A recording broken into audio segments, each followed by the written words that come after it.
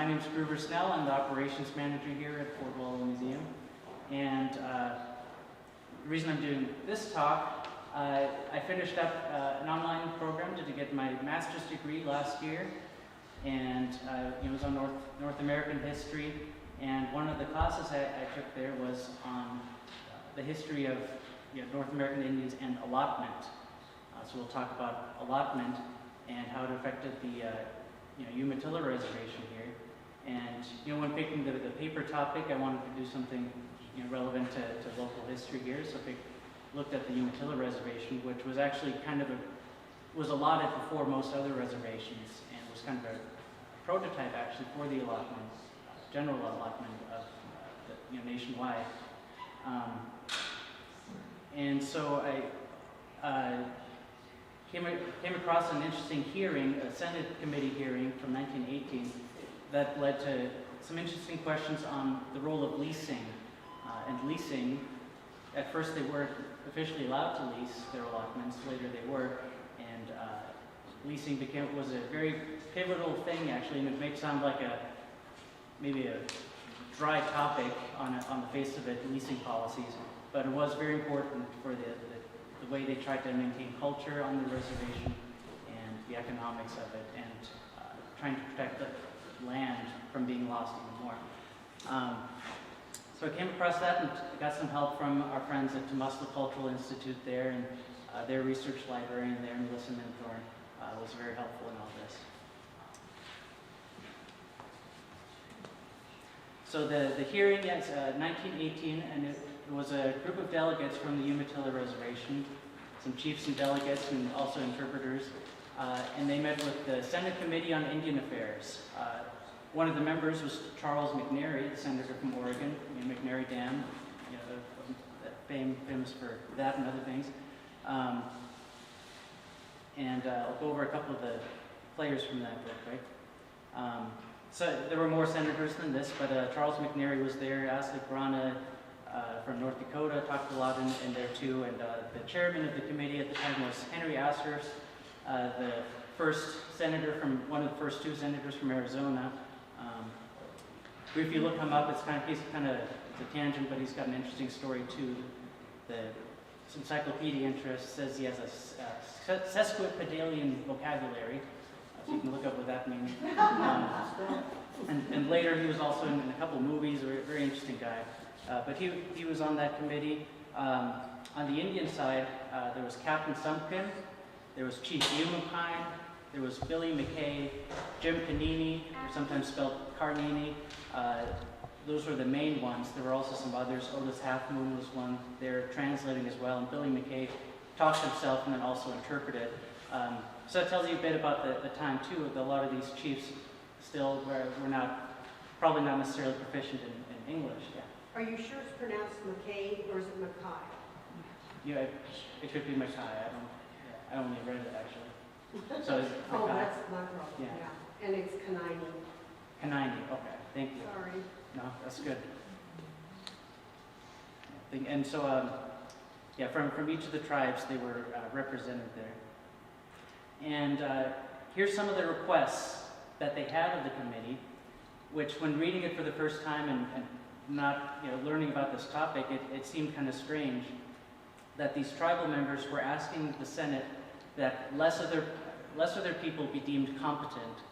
Obviously saying you're competent is a good thing, so why did they want their own people on the reservation to be called incompetent? So we'll talk about why that mattered. And they did not want tribal members to have full control of their land, which also seems a little counterintuitive. And they wanted to reverse a new policy that was proposed by the Indian agent that tried to guarantee that the Indians got more rent money for their lands. So all this is kind of weird, but it makes sense from their perspective actually. And one of the main things that it came down to was for them to be able to choose their neighbors. They wanted a say in who they let onto their land. They wanted good neighbors. They didn't just want money. They wanted good relationships and reciprocity. And here's some quotes from that committee meeting. that kind of says that we believe the government ought to hold this in trust for some years to come and not thrust us out onto the world. And talking about their renters, I offer him a lease as good friendship to the Indians, and I would rather have this man, rather give him the land for less money than to this man. This man will hardly have anything to do with me, and so I'm getting big rent. So reading all this, I also was struck by that they had good relationships with their neighbors. It's kind of partly a story of positive interactions between the white farmers and their white neighbors and the Indians on the reservation, which, the story of allotment in general is pretty negative. It had a lot of negative consequences for the tribes as a whole, but there were some positive aspects that mainly came out of leasing, as we'll see. So first some background, and here's kind of a relevant timeline. In 1818, Fort Nez Pierce is built, later renamed Fort Walla Walla on the mouth of the Walla Walla River. It's a trading post. There's new trading relationships starting between the Indians of the area and Hudson's Bay Company, Northwest Company, and then the Hudson's Bay Company. 1836 to 47, Marcus Whitman tries to have the Indians pick up the cross on the plow, and to Whitman, as you might know, it's very important that they learn to farm. It's almost like the idea of farming and Christianity goes hand in hand for him. And so those two things, the Fort Nez Pierce versus the Whitmans, is, I think, a little bit relevant and similar to what we'll see here, in that the purely economic motivations versus the ideological motivations, the economic does a little better in some ways than the ideological ones, and trying to get them to be farmers. 1855 is the Walla Walla Treaty Council, and a couple of years later it's ratified, and that, of course, describes the reservation. Takes away the rest of the land, puts them on the reservation, and that treaty also has a 25-year period where they could not sell the land or mortgage the land. 1874, an interesting thing I came across is the Oregon legislature actually, in kind of a vitriolic move, tried to get Congress to dissolve the reservation. They complained that the Indians were not adopting white culture. They were still going about their old ways, going off the reservation, hunting, gathering, fishing, doing all the things that the treaty said they are reserved the rights for them to do. But they didn't like that. They wanted to have use of the reservation land themselves. That didn't happen, but interesting that the legislature had that opinion of them. 1883 to 1916, there's this group that meets every so often at Lake Mohawk. So it's known as the Mohawk Conference. That's in the Hudson Valley in New York. And this group called themselves the Friends of the Indian. And they were wealthy philanthropists, very influential with federal policy, and we'll talk a bit more about them. And they helped get, in 1885, the Slater Act passed, which is to allot the Umatilla Reservation. 2 years later, the Dawes Act is passed, which is general allotment for the whole country. In 1918, is the hearing that we're going to talk about. And 1937 is kind of the end of this period of policy. With the Indian New Deal, they kind of shift gears and less try to assimilate Indians and kind of have different priorities and more Indian say in these things. So the Friends of the Indian, their big push is for education and civilization and allotment and farming. That's the lodge where they met at Lake Mohawk, and one of their goals is education. And these people and the people that they influence start the boarding school system. And you might have heard of the Carlisle School on the back east. One of the picture with the group there is at the Carlisle School, and the idea there was take Indians from the various reservations, take them away from their culture, put them in these industrial schools where they learn skills to help them adapt to modern civilization as they thought, get them to wear modern clothes, be just like everyone else, and they did there. They tried to get them to not use native languages, native customs, and everything. The other pictures, the other schools than the Carlisle schools existed too, and on the reservations, and everywhere is kind of the same agenda as that, to make them assimilate. Excuse me, so the Carlisle schools were run by Friends of the Indian? Yes, they would have said so. Yeah. And here's another guy that would have considered himself a friend of the Indian, the founder of the Carlisle School. He has a famous phrase up there, kill the Indian in him and save the man. And that the set of photographs there is kind of a success story of the Carlisle School that they advertised. Killing the Indian, metaphorically that was the thought, kill the Indian metaphorically so that the actual human being could be, have a job in modern society and be just like everyone else pretty much. Did it really work, or it seems to me there's real hatred for that system. No, it didn't. Well, I guess you could argue about it. They might have been able to dress them up, but they Yeah. never. To some extent, it did have an influence, and there were, even on the Umatilla Reservation, Indians that considered themselves progressives. They were kind of on board a little bit with the assimilation, but for the most part, I don't think so. And even at these boarding schools, you can read books about the boarding schools and first-hand accounts. When people weren't looking, they went out and did what they wanted, pretty much. But ultimately, it did have an influence and kind of suppressed the culture and the language to an extent. So did it work? Yes and no, I guess, is the answer. Yeah. Another friend of the Indian, Slater, the Oregon senator, his act of 1885 allotted the Umatilla Reservation. It affected Umatilla and 2 other reservations in the country. And so the idea is you have the reservation land that belongs to the whole tribe, and this makes it so that heads of households get 160 acres of it, 80 acres to single men, 40 acres to children that, for whatever reason, don't have their parents there or something. And then it would be governed by Oregon's inheritance laws as well. So it carves it up, gives it to individual Indians instead of communal land ownership. And surplus was sold to whites, to anyone. So that really diminished the total land of the reservation. But his act also had a 25-year trust period again, where for 25 years, nobody theoretically could buy that land, buy an allotment from the Indians.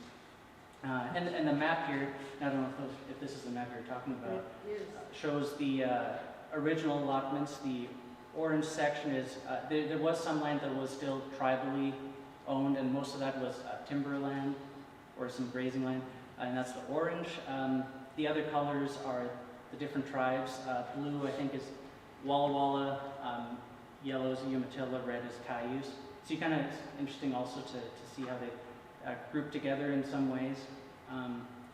One of the things I read is that the Cayuse generally were looking at, when they were picking allotments, looking at, they like to raise horses and cattle more and pick land for that, and others were more into farming maybe and picked better farming land and things like that. And the north of the reservation generally was considered better farming land. So yeah, this map shows the gray outline is what was described by the original treaty as the reservation land, and the green is the current day reservation land. In 1871, the boundary was surveyed by the government, and that survey cut a lot of the land that was actually described in the treaty. The treaty promised 500,000 acres, and this boundary contains only about 245,000 acres. And then the Allotment Act in 1885 diminished that further to under 20,000 acres. Later in 39, after that shift in policy, they did restore some 14,000 acres to the reservation. And here a map, besides what the reservation describes and everything, this map the tribe put together, it shows kind of the range where traditionally the tribes moved around. They didn't all year stay in one place, they moved around, and this was shared, a lot of it, with other tribes as well. The darker red is where they spend more time, and then up from there spend some other time in other places. The Dawes Act came after the Slater Act, and it was generally similar to the Slater Act, more or less the same rules, except it did it to all the reservations in the country, except it made some exceptions for what was the 5 civilized tribes, because they kind of thought they're far enough along, they already picked up some civilized habits, so we don't need to worry about them and include them in this as much. Another thing it did, though, is it granted citizenship, a path to citizenship for Indians, which the Slater Act didn't, and actually the Umatilla tribes were actually a little bit surprised by that, and not all of them wanted that. So another thing, you might think they want, but not all of them wanted citizenship because they thought it would come with taxes and other responsibilities and would split loyalties of people between U.S. and the tribal identity. And after the Dawes Act, when it was passed 1887, the tribes across the country had about 150 million acres. Within the course of that act working, it went down to about 40 million acres 47 years after that. So what do you attribute to that? Because once they were allotted, once Indians did get control of their land, most of them sold it. And we'll talk about why that happened, but there was pressure to sell, pretty much. And just that these act, if there was excess land on the reservation that wasn't allotted, a lot of it was sold off, auctioned off. Why didn't it go to the tribe as a whole? Some of it did, but I guess what they considered excess more than they wanted to give, they got rid of it. And the goal here for them was to change their culture and also to basically get rid of reservations. The idea was eventually, hopefully, they thought they would just be landowners like anyone else. There wouldn't be a need for a tribal government. There wouldn't be a need for the Indian Bureau. Would probably get rid of the Indian Bureau in a few decades, they thought. Yeah. Sorry, you already said this, but could you state it again? Allotments were to males or heads of households, so if a female was a head of the household, she got an allotment? There were females with allotments. Was that based on if you had a family? It's generally widows who get inherit allotments. But males first, Yeah, and then head of household? yeah. Heads of household would get 160. Single men would get 80. Single women wouldn't get anything. And then children would get 40 acres if they're. Were they male children? Yeah, No female children. right. So that's the Friends of the Indians. But you got to keep in mind that there were people that didn't consider themselves Friends of the Indians that also had a say in policy and were around. And there's, from the East Oregonian, 2 old articles from around this time. On the left side is Senator Fulton, who was not a friend of the Indians. And he decries the Umatilla conditions. He says, "They're poor specimens of humanity.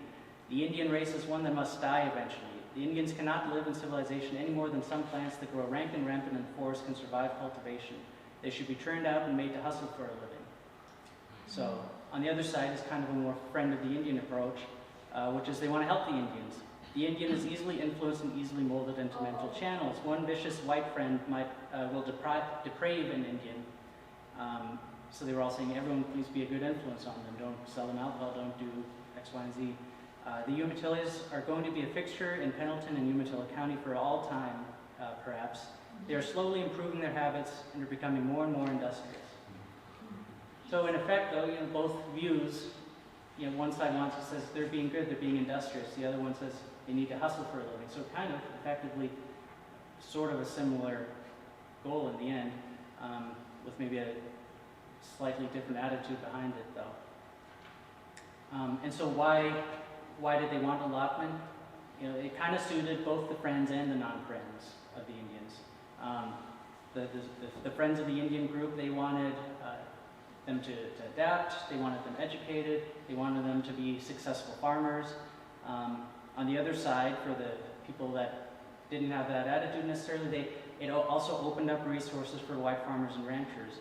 The Umatilla Reservation has a lot of good farmland and grazing land, and people wanted to use it.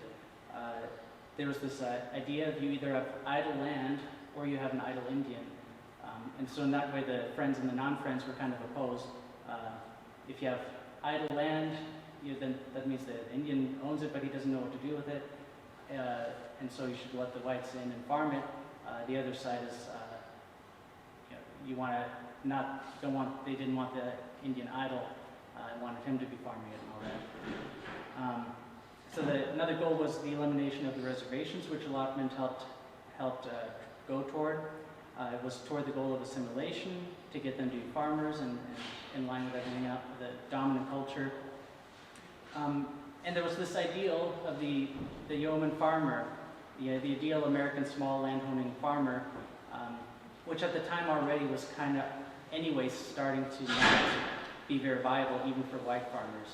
And a lot of the Indian agents at the time made comments like, well, most of the whites in this area fail at farming, so the Indians aren't going to do very well either.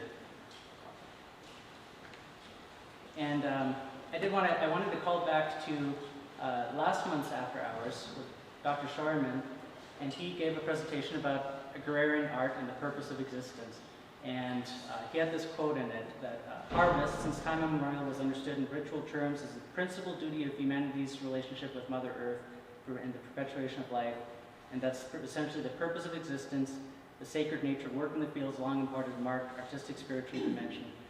And that made me think on this topic that this kind of true harvest societies, organized around harvest, that the way you harvest is kind of a big part of your culture. And so these friends of the Indian, they, in their minds, were being friends, I suppose. They wanted the Indians to share their view of harvest, of culture, of all this. On the Indian side, they had a different culture. They had a different method of harvesting. It wasn't agricultural, but they had their seasonal round. And this graphic from Muslik's exhibits is a very nice graphic and shows throughout the year the different resources that they would go to and harvest, the plants, the animals, the salmon, and in the middle the tools they would use. It's a more migratory style of harvest, and it's very, very opposed to the sedentary farming culture that people were trying to get them to pick up. And so that's, I think, kind of why that was such a strong drive in these people, these reformers. That's why I think they wanted to do that. So some problems, there were a lot of problems with allotments on the Umatilla Reservation. But first of all, economics. Even if an Indian got an allotment and wanted to be a farmer, they probably couldn't. It wasn't enough acreage, and not enough funds were allotted for equipment. Already, you needed expensive equipment. Things were scaling up. 160 acres wasn't necessarily enough, and they didn't have the capital to begin with. There were some attempts to get a bunch of them together to buy and share equipment. Some of the Indian agents tried to lobby the government for more funds, but that never really went anywhere. And even as early as 1895, a Umatilla agent reported that the single horse and plow is a thing of the past in this country. The cradle is no longer used by the farmer. Wheat is worked from seeding to sacking by costly machinery, and $2,000 would be a small sum to buy machinery to farm 160 acres with. So this ideal that people had in their mind of the single American farmer was already getting more difficult for everyone, not just for the Indians. And the combine, we have a great example of that in our exhibits. And if you want to come back and get admission and look through, think about how expensive all that stuff was. Another problem, they had a little farming experience, it wasn't in their culture. And when they were picking allotments, a lot of them, they weren't farmers, so they might not have picked good allotments to farm. And it's another quote from that hearing. He was saying, "It seems that the office is pulling my right arm and telling me to take my patent. We are afraid to take our patents, as we do not think that we will be able to do our business proper. I wear a blanket and am called an Indian, and that is what I am." So, he was basically saying he's admitting he wouldn't be able to have a successful business, and that was the case. Most people, when they did get their patents, they had to sell. They were kind of forced to sell. And also interesting that he says he wears a blanket as an Indian, like the Carlisle school photo. The garb that they wear is part of the powerful indicator of kind of what side they're on. And also an early report about the Umatilla Reservation show, the agent was saying that, yeah, things are really good here. They're starting to assimilate. So many people are wearing citizens' dress already. Another problem with allotment is, again, it's incompatible with that seasonal round, incompatible with tradition. If you're farming, you need to do a lot of work in one place. You need to kind of stay there, and then you can't go off, do what tribes always did. Go hunt, go fish here. Think back to that map where they went all over the northwestern states. And also with that tradition is the view of land ownership. Even at the treaty negotiations in 1855, they tried to get the idea across that nobody can own the land. That doesn't really make sense. That doesn't fit their, perception of natural law. And so all that wasn't very compatible with allotment, and they were trying to force that through. And a huge problem with allotment is it caused the loss of all this land that they were promised in the treaty. Bobby Connor sent this comment: allotment was just one more method that the U.S. government used to diminish our tribal land base. In preparation for allotment in the 70s to 80s, they cut our lands to 120,000 acres despite the promise of 512,000 acres, which we never ever got. And how they were lost from the hearing again, Senator Grana asked, are there quite a few that have received their patents from the government? And Captain Sumpkin said, yes, sir, they got their patents and sold the land. And who did they sell their land to? To white people. Did they sell any to the Indians? No. There weren't really any Indians there that could buy the land, and when they had to sell, there was white buyers, of course, that were available to do that. So leasing was an alternative to getting your patent and having to sell, or to staying there and farming. At first they weren't actually allowed to lease, but they still did. There were informal leases, but then there was an official decision to let them lease. And this quote from the Handbook of Federal Indian Law: the decision to allow the Indian to lease his land was fraught with grave consequences for the whole allotment system, probably the most important decision after the passage of the Dawes Act. And the leasing, they finally acquiesced to leasing because, again, it was that idea of idle. You either have an idle land or idle Indian, and there was so much pressure from white people to let the government use the resources on the reservation. But in the case of leasing, and the Indians still keeping the land, but they also benefited from leasing.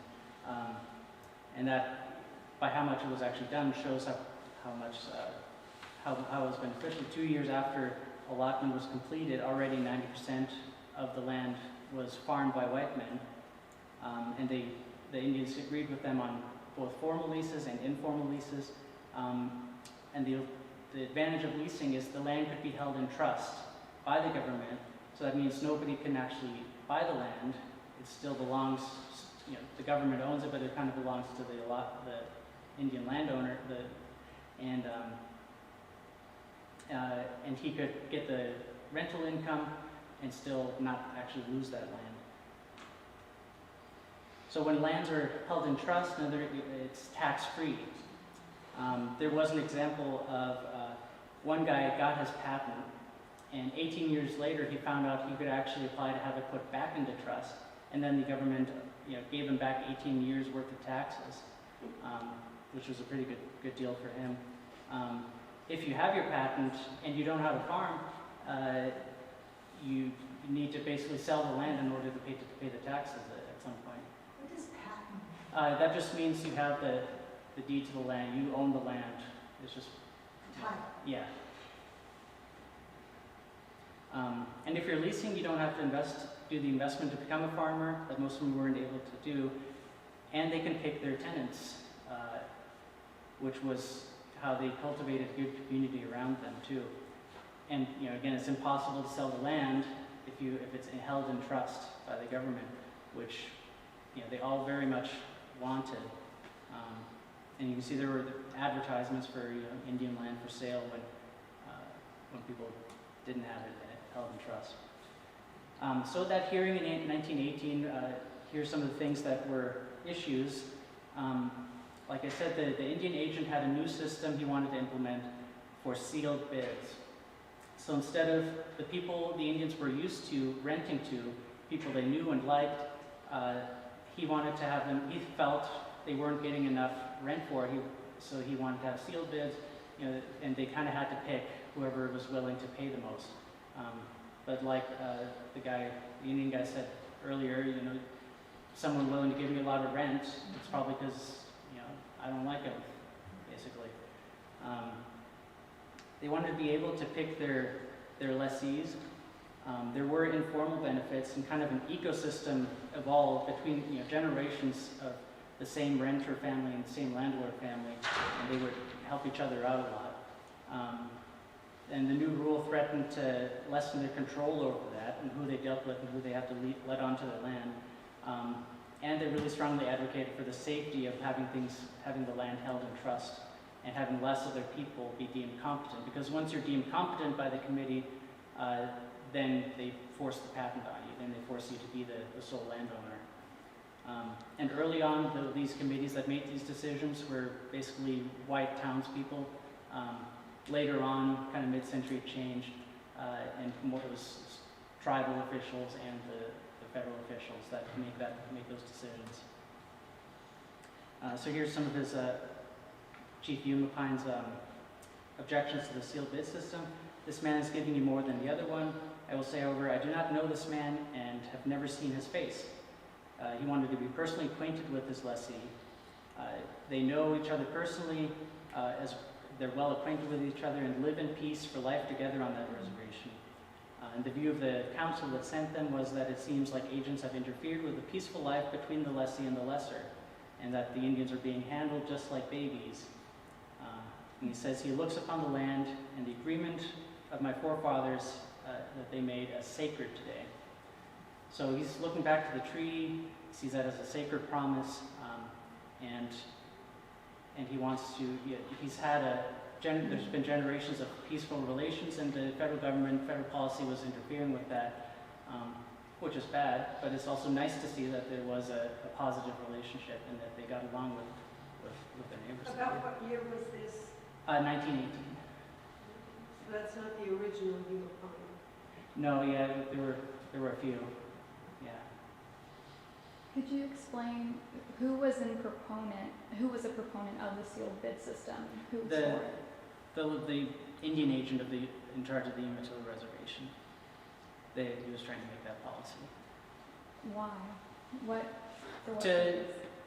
To have them get more rent in a way he thought it would be more fair, but also to kind of break up that informal system that they had going, to kind of make it more a formal business-like relationship, and kind of help the allotment's goal of making more of them competent, and then and they have to sell their land and make them. Was the Indian agent appointed? Yes. Was he a Native American? No, it was a federal. Federal employee. Yeah. Well. Yeah. So in this case, the interests of the landlords, the Indian landlords, and the white farmers were actually aligned, as opposed to and opposed to some of the federal policies that were happening. And Senator McNary he met with people of Pendleton as well as some people on the reservation prior to this meeting. And as he says, the white farmers, have paid for the lease with money in way of equipment, tractors, etc., and have been renting land with respect to its continuity. And now they say that by bidding, they may have to take pieces here and there. And the other senator says it seems like it would be injustice to those who have been operating. And Billy Mackay says, yes, sir, our neighbors, those that are now there. And yes, are they there by permission of the Indians? And yes, we've always gotten along with them and never had any troubles. So yeah, it was also, the Indians in a way were also advocating for their white neighbors, because it would be, they saw as an injustice to them as well.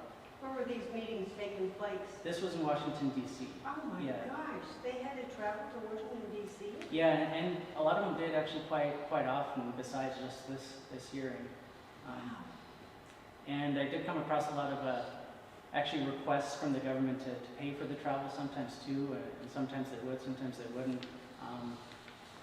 Yeah, delegates from the Umatilla Reservation went to Washington, D.C. and other places quite a bit, actually. Another point, Senator Granda says, it would seem to me that the Indians are making better contracts than the Indian office is making for them. And of course, it's also worth considerable to a community to have good neighbors. So they were doing, and they had a good handle of things in that way. Another very interesting thing, source I came across was in the Northwest Anthropological Research Notes, an article by James Boggs and Theodore Stern. And Stern here he's got the guy on the left of that table. He did a lot of research on the Umatilla Reservation and wrote a few books about local, regional Indian history in this area. One of which is for sale in our store, of course. And this is a pretty good book if you want to learn more in general about trading relations, especially between whites and the Indians of the area. And this particular article you can also get on the Journal of Northwest Anthropology if you request it from their website. They'll send it to you. That's how I got it. And they did this study in 1971 of the reservation, and even then it was kind of the same leasing ecosystem as back then. And they noted there were generations of the same renter and landlord families. Some of them grew up together, some of them even lived together on the reservation. They went to the same schools. Some of their kids are on the same Little League team. And they noted this tradition of favors being traded back and forth, which they note is also kind of kept a high price of entry for anyone new that wanted to come into and farm on the reservation. They would have had to basically sort of bribe their way into it. And this kind of helped reduce competition, but also, had ensured longer-term stewardship of the land. This, rich guy from Portland wants to come in and farm on it. He could afford to do that, but he might not care about the land as much and care about the community there. So they had there's a long list of some of the favors that they documented that they heard through interviews and things. One thing, it was customary just to get a $5. As soon as you sign the lease, the landlord you hand them a $5 bill. It's a small benefit, but I guess it's something, especially back then, $5 a little more. Back in the day when farmers actually raised turkeys, they would give their landlords turkeys, meat if they raised it and butchered it, groceries, toys at Christmas. Landlords would give their renters huckleberries, game or salmon, depending on the season, because they were free because they were leasing, they were free to go do that stuff. And actually this morning I finished the huckleberry jam that Melissa Minthorn gave me last time some of us went down to the Temusuk Library. She gave each of us some homemade huckleberry jam. It was very good. There were often requests for additional advances. Sometimes in the lease there would be an advance, but if the landlord needed some help, you would have someone to go to ask for some loans, basically, or advances. There was an instance of a renter putting up bail money for his landlord. That wasn't necessarily a common thing, but it did happen once. Sometimes the farmers would co-sign notes. There was an instance where an uninsured landlord, his house caught on fire, and his renter helped him out, gave him an interest-free advance, helped him get into a new house. Instance of an interest-free advance to help a landlord couple buy a new home. One guy had kind of an informal pawn shop. People would give him like a beaded bag or something worth something. He would give them operate just like a pawn shop, even for people that weren't his renters, just because he wanted to keep a good relationship with the community as a whole. Sometimes in the lease there would be provisions that the farmer would need to provide firewood and the use of a truck or fuel money to haul it. And this was often in the leases formally, actually. They would need to help the landlord haul their teepees to the Pendleton Roundup. Often the landlords, when they're plowing the field, they would also at the same time plow the little garden that the landlord would keep for themselves. There was one story they put in there of one landlord kept demanding that his garden be plowed, but he never actually grew anything, and so at some point the farmer said, okay, I'm not going to do that again. They would give them tickets to Shriners games and other events in town. Sometimes they would go with the landlord to help select a car to buy. They would kind of expect preferment in hiring for the landlord's relatives, for farm labor especially, of course. Technical, if an Indian did want to try to start farming, oftentimes their renters would help them, teach them how to do it. And it was also very common to hire landlords to drive the grain truck. And that was also actually kind of a control against cheating, because often the rent would be a portion of the harvest basically. And so if they're driving a grain truck, they can kind of see see how much is harvested. There were instances of renters, during the lunch break, you would take a couple of trucks to a different mill and try to have to pay less rent that way. And so this system and leasing in general helped keep some continuity of tradition, but also there obviously were changes and sometimes adjustments to the traditional culture. The leasing ecosystem helped them shape who was around them, helped them mold the community around them in a beneficial way, because they get to pick and kind of select with the favor system, select for generous and friendly people. There was reciprocity with neighbors, and it kind of adds a personal element to economic transactions, which in ways also traditional. It's not, like we have Yellow trading with Lewis and Clark in the gallery. It's not just an economic thing, it's to build trust. And so there's a trust and a personal element to the leasing. It also adds an ambiguity of authority over who actually owns the land. And the traditional view of land ownership is you can't have land ownership. No one can own or sell land that doesn't make sense. Well, they kind of actually, in a little bit, they molded federal Indian law toward more the traditional Indian law, I think. Because who owns the allotment? The Indian landlord owns the allotment, but actually, the government holds the deed for it. But also, there's the renters who sort of have a right, an unofficial right to use it, an expectation that they get to use it.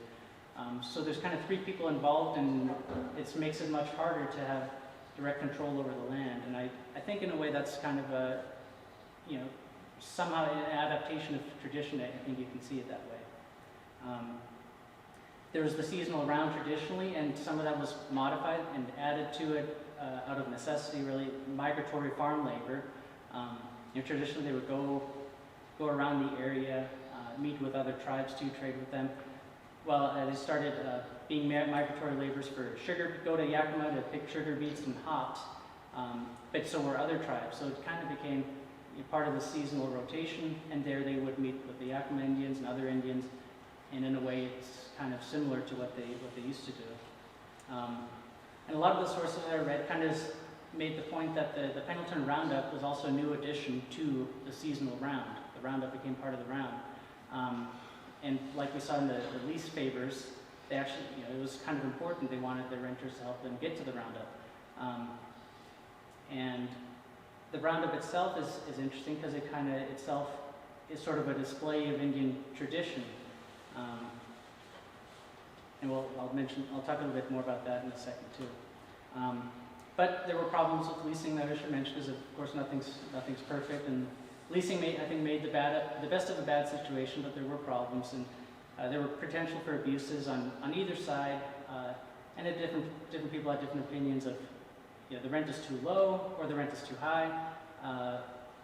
One of the Indian agents at one point actually complained that the Indian landlords really shake down the white farmers and have such control over them, and he thought the Indians had the advantage. Other people thought the whites had the advantage, which I guess shows that maybe it was equal footing, or more or less.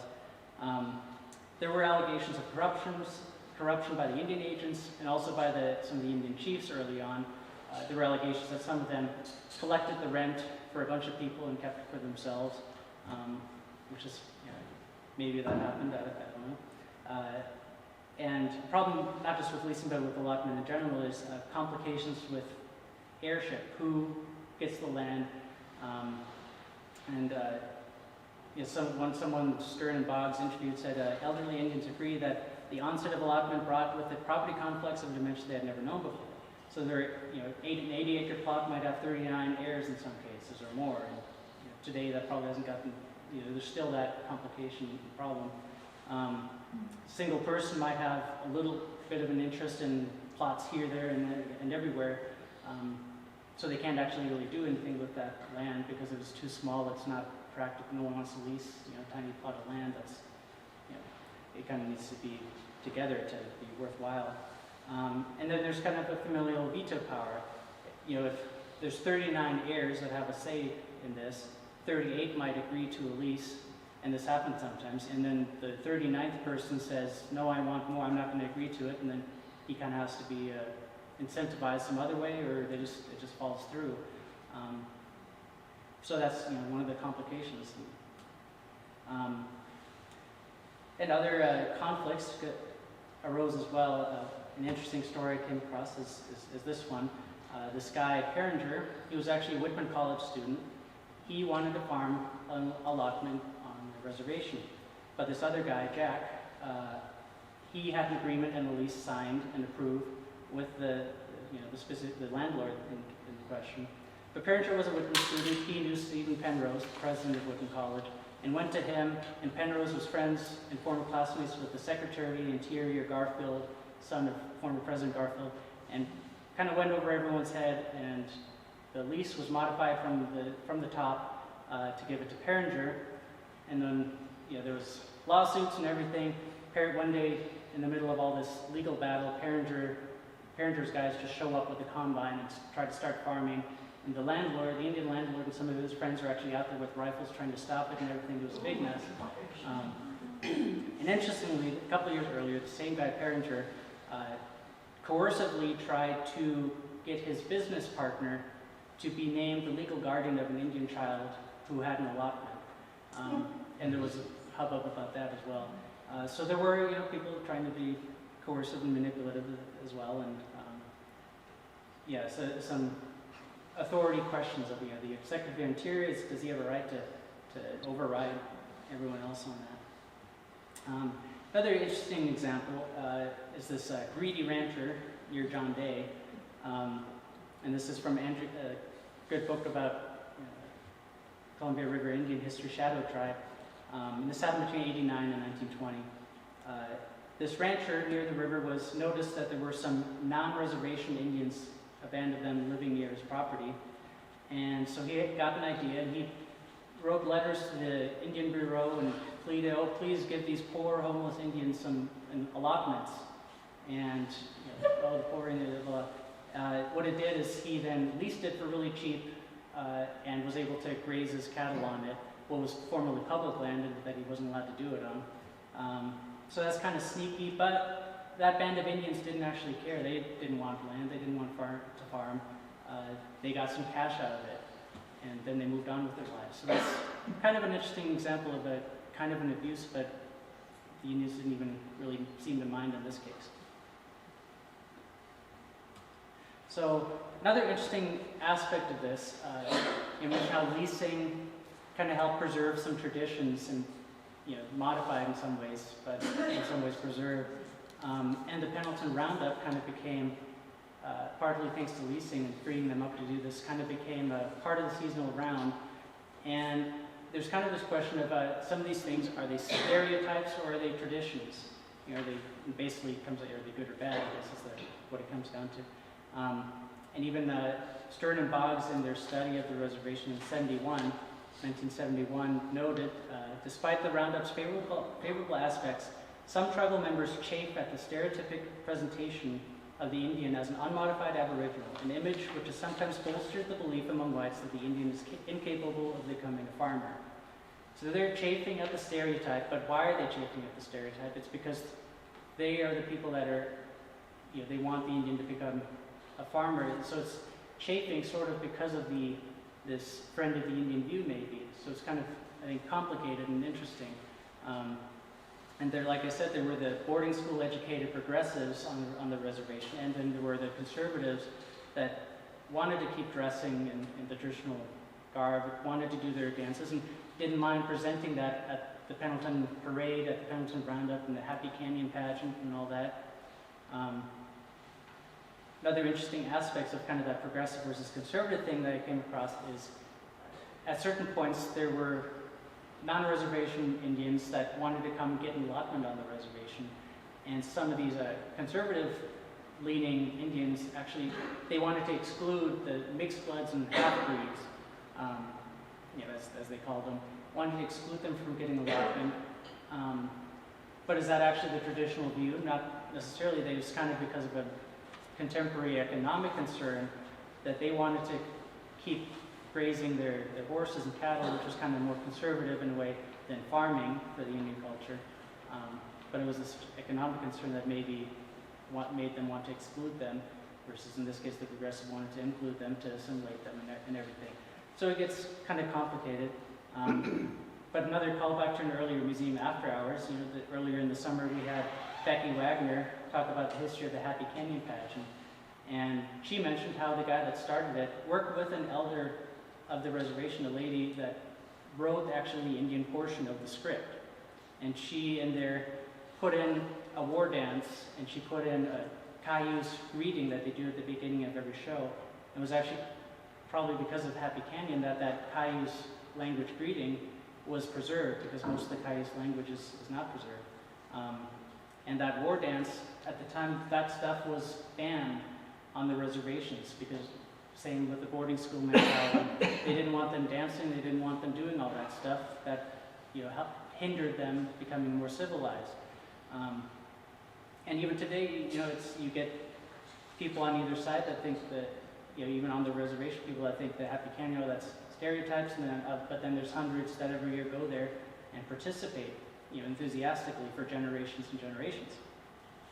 And because of the Roundup, Happy Canyon, all that interaction with Pendleton, you see a lot of very positive obituaries actually in the Eastern Oregonian when some of these prominent Indians died, like this guy, Dr. Whirlwind, who had a very traditional sort of appearance there. And they would honor them, and when one prominent chief died that year, the Pendleton Parade just stopped and had a big long moment of silence for them, and that kind of shows the good relations between the Indians and the people of Pendleton and the people around them, which I think is a testament to the success they had with their leasing system of cultivating good neighbors and having some say in their community and preserving their traditions. After I turned in my paper back then, I actually, soon after, the Confederated Umatilla Journal was delivered here to the museum, and coincidentally there's this big kind of allotment controversy, leasing controversy that was going on at the time. The tribal council the Board of Trustees had just decided that for that year they were not going to give any grazing permits out. The idea for some of them was to preserve the first foods. The cows would trample on the roots and whatever. The other side disagreed with that, said that the food would be fine. But what's interesting and relevant here is, like this guy was, like Toby Patrick says here, to me it seems like we're saying so long to the good neighbor policy. Working with the ranchers, we see what we can do to understand each other a little better. So even still today, there's that same system, sort of, the same mentality of using leasing, sharing, and cultivating relationships with neighboring ranchers and farmers. They interview one rancher here that says, 20 years ago, I gift-deeded and appraised $500,000 worth of land to the tribes, and he did it because he admired and appreciated how the tribe was taking care of the land. So it's obviously a very good relationship if he's giving them $500,000 worth of land. And of course he's saying he's hurt by the decision that they made here. It seems to have been an unpopular decision, and some of the board trustees weren't there to vote, that would have voted against it. So, but yeah, some other quotes from that, just showing that there's much effort and respect that we've built with our neighbors. A white rancher saying that. One of the ranchers, it says his family has been raising cattle on tribal lands almost 80 years, the same family. One of them saying that his family has built structures worth more than $130,000 and sold pieces of deeded property that his family wasn't ready to sell necessarily, but they did to maintain the good relationship with the tribe. And then a quote from Gary Burke, who was a chief of the Umatillas and a tribal member. He says, "The tribe can do what they want with their own, but when it comes to me and my own, as an individual or trust landowner, they shouldn't be telling me what I can do." And he's one of the guys that leased land to a couple of these ranchers. And when I asked Melissa Minthorn at Muslick about this, she kind of had the same attitude. Like, they shouldn't be telling me what to do, they're trying to interfere. And she said, you know, the tribes always have had a fiercely democratic culture and kind of an anti-authoritarian streak that I think she and Gary Burke seem to have maybe been of the same mind on this issue. But I thought that was very interesting to show the relevance of this still today. Just kind of to conclude, Allotment did a lot of harm to the tribes all over the country. It aimed to do away with Indian culture and land, and it succeeded in taking away a lot of land, and to some extent culture, but I think there was, thankfully not as successful in that aspect. Tribal members were able to use leasing to protect the remaining land and to cultivate the community with what they termed, the good neighbor policy. And leasing helped them maintain some traditions and avoid having to become total farmers, like Marcus Whitman tried to do, and like the Friends of the Indian tried to do, and for the century basically. And the whole issue is still relevant and controversial today.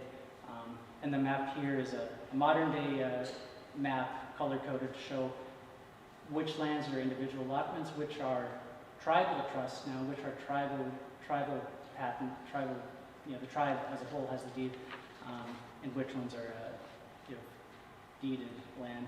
And even today, a lot of the land is owned by non-tribal members. So, some resources that I didn't mention yet, and if you want to learn more about the tribes or this topic in particular or something else, to Muslick, our partner, is of course a great place. They're in their 25th year this year. It's their 25th anniversary, and their library has a lot of these resources and others. This federal Handbook of Federal Indian Law, for example, I think on Amazon is $250, so you're better off going down to Muslick on that one. Neither Wolf Nor Dog is a book that talks about how this agrarian policy changed Indian culture. They're neither wolf, wild, doing what they used to do, or a dog, totally domesticated. It's kind of the in-between and the opposing forces of that. And the middle one there, As Days Go By, for sale in our museum store, is the Confederated Tribes, kind of their own history written by themselves. That goes over this and a lot of other things.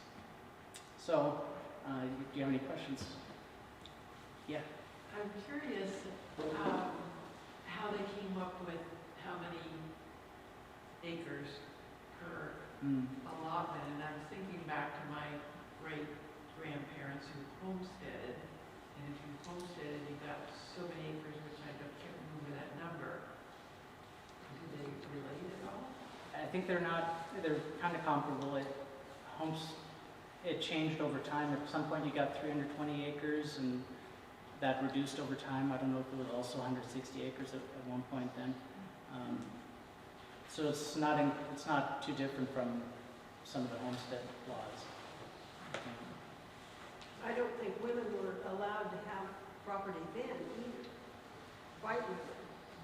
Well, we had a woman in Walla Walla County, and we have her cabin down there, who was a landowner, but it was, in this case, because her husband died. So, yeah, some women did end up with land, but not kind of the conventional way. Yeah. Just a point, I know in Northern California, Peter Lassen, which is Mount Lassen's name, he acquired a land of maybe 25,000 acres. And so, I'm interested. So back to this idea of like the sealed bids Mm-hmm. and how they were kind of saying, well, it seems like the Indians are able to figure out good deals on their own. Maybe we should just leave this alone.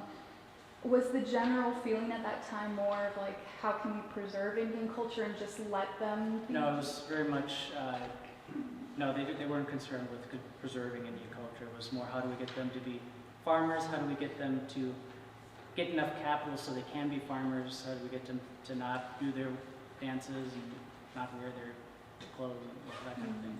But why do you think they eventually decided it's okay, we'll just let them lease it to whoever they want instead of doing the sealed bids? Well, in the case of this hearing, like the example of Charles McNary, talked to the people of Pendleton, so some of his own constituents were against this policy. So he saw that even the white people were kind of getting screwed over by this particular change. Mm-hmm. Yeah, it's interesting because I think like I can see the perspective of like this is an antitrust issue. Like it's like kind of incestuous. They're giving it to people who they're benefiting from in a way that's like too close of a reciprocal relationship. We've got to get in there and just make it pure capitalism and break it up. So it's interesting that eventually they were okay with them doing these favors. And there were some people that were more pro-Indian. More pro-Indian culture, that's true. But ironic, it was their land. Yeah, true. To get around that. Yeah. Right. Yeah. In the original allotment setup, so were there funds available? Because that was my question. Okay, you've got all this land, you've got all this great mathematics behind you to figure this out and start rolling out this land. Well, the Indians go from one traditional way in order to make use of their land. Where are they going to get the capital to do that? Well, partly the sale of excess land, some of that money went to the tribe and would have been available for some of that. But also that's why eventually they agreed to let them lease. Because some people were saying we need to let them lease their land because then they can hopefully get enough money that then they have enough capital. But it never was enough for that either. So it didn't really do that. You can't generate the kind of capital you need to make a success of it. So it was just No. a blatant And setup from the outset. when the policy started, it seems like they kind of had an old-fashioned view of farming in general. And farming was expanding, getting bigger, changing, and they were maybe a little behind the times on that anyway. All right, well, you had some comments about on the reservations and total resources, actually, that a lot of people don't know about. The tribe is extremely generous with the classes and stuff that they offer on the reservation. The new Yellow Hawk has a full gym. You can take any classes. They have all kinds of exercise classes. They have an aquatics class that you can take, I think it's 2 days a week, 3 days a week at Wild Horse in Wild Horse's swimming pool. They offer all kinds of health type classes, cooking classes. In fact, I'm missing the one tonight. And they have a class for diabetics, and it's not just for the tribe. It's for anybody that wants to go down there and partake of that. They're very generous with their resources. Thank you. Well, thanks for coming. Come back last Thursday to hear about Dayton. And, if you renew your membership now, by the way, it's good through all of next year as well. Thank you. Thank you.